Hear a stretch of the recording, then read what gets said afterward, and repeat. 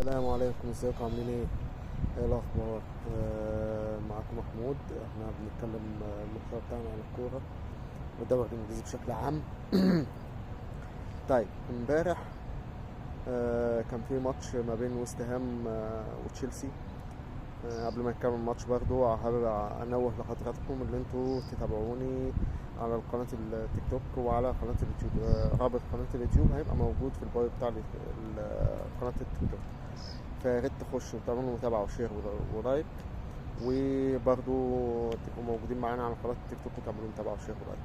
الموضوع ده يا جماعة بيفرق معانا جدا وبيدعمنا بشكل كويس وبيحاول بيخلينا نطور المحتوى بتاعنا من فترة لفترة، عشان نقدر نبقى في استمرارية يعني. والكلام ده مش هيجي الا بتاعنا في الاول والاخر. الماتش امبارح هنتكلم عليه مش هنتكلم عليه من ناحيه تكتيكال وفني بشكل كبير، لكن احنا هنتكلم يعني مش هنتكلم تاكتكس ولا تكنيكال خالص، احنا هنتكلم بس بشكل عام على اللي حصل. هو امبارح تشيلسي خد المبادره اللي هو يظهر بشكل كويس جدا ويرجع، وجات له الفرصه الممتازه اللي هو يرجع لمستواه ويعتمد اللي هو بطل كاس العالم للانديه، ويثبت بقى قدام الدوري الانجليزي كله وياخد كارت الثقه المهم المفروض اللعيبه تاخده، والكارت الفوق اللي هم يفوقوا من فكره ان احنا ابطال العالم بقى والكلام ده كله، والدنيا يبقى فيها راحه شويه بالنسبه لهم ويحصل هبوط في مستوى.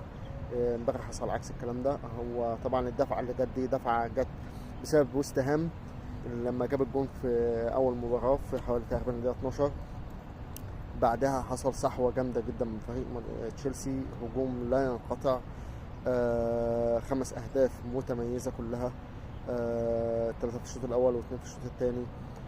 طبعا هو ويست هام برضه كان سيء الحظ، يعني هو المباراة اللي برضه يعتبر أدى فيها بشكل كويس في يعني أفضل من المباراة اللي فاتت. مش هنتكلم، عنده مشاكل كتير هنبدأ نتكلم عليها في الفيديو اللي بعد الجولة ما تخلص.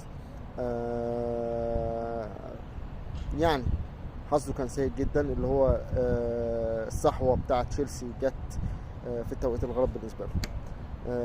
والنتيجة طبعا النتيجة موجودة قدامكم، 5-1 تشيلسي قدام ويست هام. في رأيكم اكتبوا لي في الكومنتات، هل تشيلسي هيتنيه مكمل الصحوة دي مثلا وهيتنيه منافس بشكل كبير ومنافس شرس على الدوري الانجليزي السنة دي، ولا هيبقى ايه بالظبط؟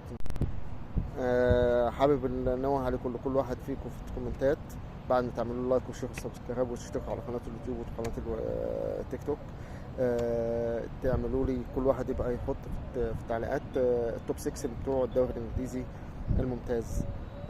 وكل اسبوع طبعا كل واحد من المتابعين هيبقى ليه فريق مفضل، يبقى يختار مثلا، يبقى يحدد لي نتيجه المباراه والفرقه بتاعته هتبقى هتكسب هتتعادل هتخسر، ده من وجهه نظره ورايه.